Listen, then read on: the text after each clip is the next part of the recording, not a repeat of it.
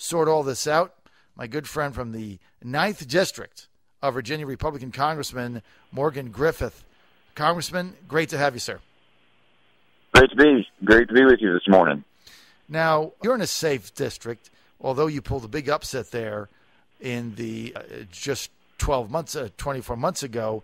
Now, that's pretty red. You've done an excellent job. Everybody that I talked to said you're solid, but I know you're still out there campaigning in all that seats in the U.S. Senate. It could go to 10 if things go crazy, but I see 9. What is your assessment now? Well, I don't know how many we will have. I do know that we're going to win a fair number of seats. People are dissatisfied with the policies of the president, and there's only one way to deal with it, and that's to change the Senate. And, it doesn't matter whether you're in Colorado or Louisiana or in Virginia. It's about policy, not personality. And people are beginning to realize that no matter how nice their current senator might be or how much they might like them personally, they're voting for the policies of Barack Obama and Harry Reid, and those policies are not good for the United States, and they're not working. Now, let me ask you something, Congressman. Let's get to immigration reform, and I know this is certainly going to be an issue if the Republicans win, but you've got various now documented reports that the Procurement Division of the United States government has put out an internet bid to companies, I'm sure you've heard of this, to bid on basically printing up to 34 million green cards and work permits. We can only speculate the bid was put out because President Obama has said that after the midterms, he's got a phone and he's got a pen, and this is one of his top agenda items. So people now say, okay, this bid goes out. Does this mean that President Obama is going to attempt to create blanket amnesty through executive fiat? I mean, what do you make of this? Well, it certainly appears that the president has plans. What those plans are exactly, I don't know, whether it's blanket amnesty or whether it's some other form of amnesty. There's no question the president has plans. And there's only one way to stop him. That's to change the United States Senate, and then we have to change the filibuster rule, go back to the historical filibuster rule, and get rid of the modern filibuster rule, so that we can then put bills on his desk, make him veto them, and we have to be ready to sue the president, not just the House, but the House and Senate united against the destruction of the power of the legislative branch. Doesn't matter whether you're a Democrat or a Republican. The government has 3 branches, and the 3 branches have to be equal branches. The president is eroding the power. Congress has allowed it for decades, but the executive branch, under both Democrats and Republicans, has gotten weaker in Congress. Congress has to stand up for itself and for the American people, because this is important for the long-term health of our republic. So, Congressman, you're a lawyer, and yes, sir. One of the fears that people have right now is that President Obama has said that after the midterms, he's going to act. He will not be accountable to anybody come November 5. So if he were to go ahead and issue some sort of an executive order in order to create these work permits or quasi-give amnesty without congressional approval and say there is a Republican Senate, what would that Senate legally be able to do in order to stop him? We can cut funding for all kinds of things, including whatever plan he has. It's just, we have to have the Senate in order to do that. The House can pass all kinds of bills, but until we get the Senate, we can't cut the funding off, which is why I think the president's already getting forms printed up, because he's going to try to do everything he can as long as Harry Reid is in control of the Senate. And, of course, even if we win on November 4th, we don't get the power until first week of January. So they've got 2 months that they can, the president can do a lot. We're going to have to come in there, be very aggressive, the House and the Senate, and take that away from the president. But it starts with gaining a 51 to 49 majority in the Senate. 50-50 doesn't do you any good at all because Vice President Joe Biden would break all the ties on committee chairs and everything else. So you need 51-49. You need to gain 6 seats. So what you're saying to our audience, Congressman Griffith, as a lawyer, is that if Republicans can do that, then that becomes the shield or the stopgap, if you will, to stop the president from these executive orders, because with a majority in the Senate, as I'm understanding, you guys then, when you take power, could defund a lot of the things that he's trying to do, and that would be the mechanism to stop him, right? That is the constitutional mechanism to do that. We also hope the executive branch will be taken to task by the judicial branch. The concept always was, no matter what the situation might be, that if one branch got out of control, the other two could rein it in. Hopefully the judicial branch will join us in the legislative branch and rein in the president. And they've already done. It's amazing how many court cases the president and his administration have lost in the courts. They've won some of the big ones, but they've also lost a lot. They just don't like to talk about those. And I think the courts will rein in some of this so-called executive power the president thinks he has with his phone and his pen. We don't have a constitutional monarchy. We don't have a system that is led exclusively by the executive branch. We have a balance of power. And the courts, I think, will hold him accountable on some of that. I wish they'd hold him more accountable, but they will hold him accountable on some of that. We truck the truth. Morgan Griffith with us, Republican Congressman, 9th District of Virginia. Congressman, just yesterday it's been confirmed now that ISIS exploded a chemical weapons bomb, chloroform.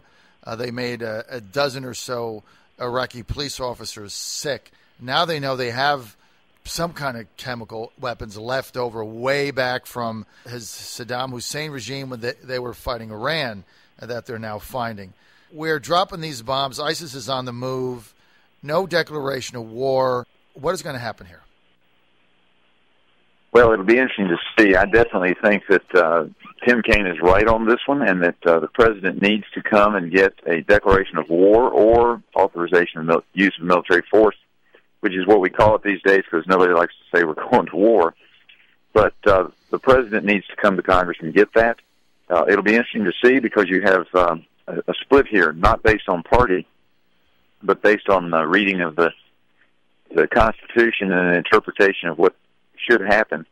Tim Kaine and I are on one side, and you've got Speaker Boehner and the president on the other side. So it's kind of interesting. But I do believe that the president needs to get new authorization, even for the bombings. It's clear, I think, under the Constitution. I think Tim Kaine's absolutely right. We might disagree on what should be in the resolution, although I think his is pretty good. But the president needs to come back to Congress. Again, if the president doesn't come to Congress, I believe Congress ought to hold him accountable and start cutting funding somewhere else. I happen to agree with the strategy that he's laid out. I think we need boots on the ground from not U.S.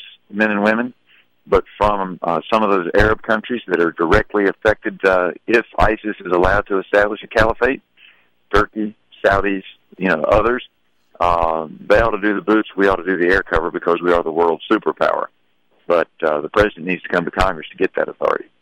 Okay, Congressman, once again, you're right in agreeing with Tim Kaine. You're spot on with that. I think there needs to be authorization. There needs to be his War Powers Act. And as you say, you can quibble on some of the fine print in it, but the principle remains the same. Both of you guys are on the right side there. I think you're on not only the right side on this issue, you're on the right side of history, which is even bigger than this particular issue. Let's get to Arab nations supplying troops. Sounds great on the radio. Everybody comes on and says, "Oh yeah, we need the Arab Emirates, we need Saudi Arabia, we need Jordan, we need Turkey, we need Kuwait. They're all going to supply troops. There are no troops, so it's kind of a pipe dream. It isn't going to happen. It hasn't happened. There's not been a single commitment. So meantime, we're kind of stuck in the middle here." We are stuck, and part of that is a failure of the president. Just like he hasn't reached out and tried to, work with members of Congress on both sides of the aisle. They'll tell you, we don't talk much to the president or his people. He hasn't done it with foreign leaders either. so when you have to go to the well and you have to ask people to do something they're a little uncomfortable with, the president has no credibility, and that's unfortunate, and it's bad for the United States.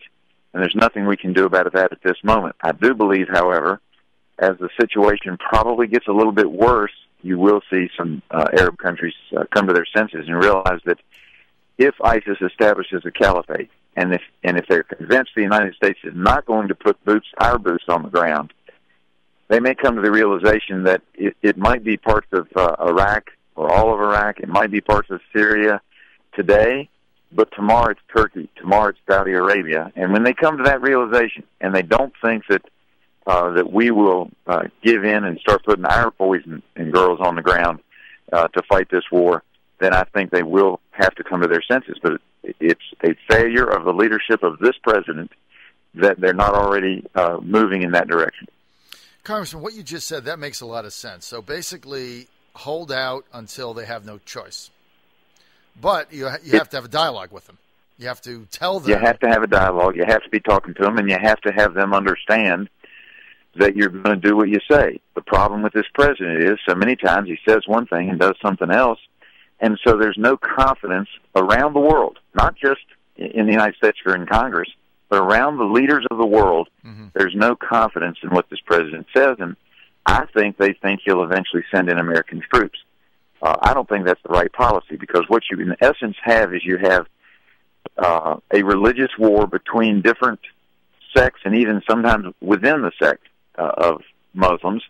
They're fighting each other. You throw what the world would perceive as a Christian army, even though they try to take all of that out of the army these days, but you throw the military of a Christian nation, which would be us, into the middle of that, and you're just throwing gasoline on the fire.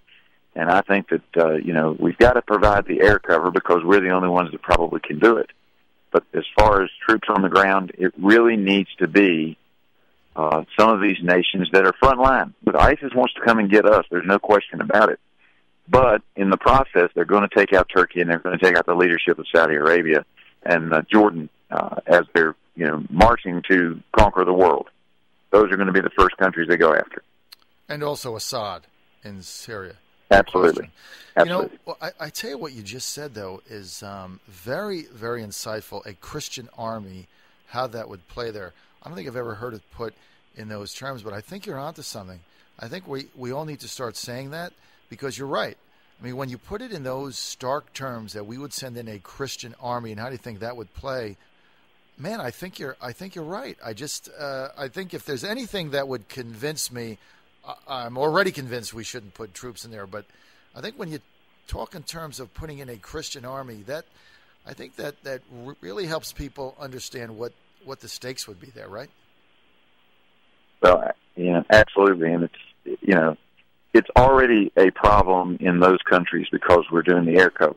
But nobody else can do that. I recognize that. We are the world superpower. We have to recognize that we're the ones that can provide the air cover. The other countries are going to have to realize they're the ones that have to provide their boots on the ground, not ours. Mm-hmm. Okay, I've got one more minute. Ebola. I guess now we're going to be kept safe by Homeland Security, TSA agents with wielding thermometers in their hands, so they'll stop Ebola from coming in and stop Grandma from getting on a plane with a 13-ounce can of aerosol spray. How does this make any sense at all? Well, it doesn't. We need to have some reasonable travel restrictions. Look, I thank God for all the men and women who are willing to go over there and try to help these folks out. And when they come back, they should be allowed into the United States, but they ought to be under immediate quarantine. We've already had two situations. One person decided they needed some soup and went out to the restaurant.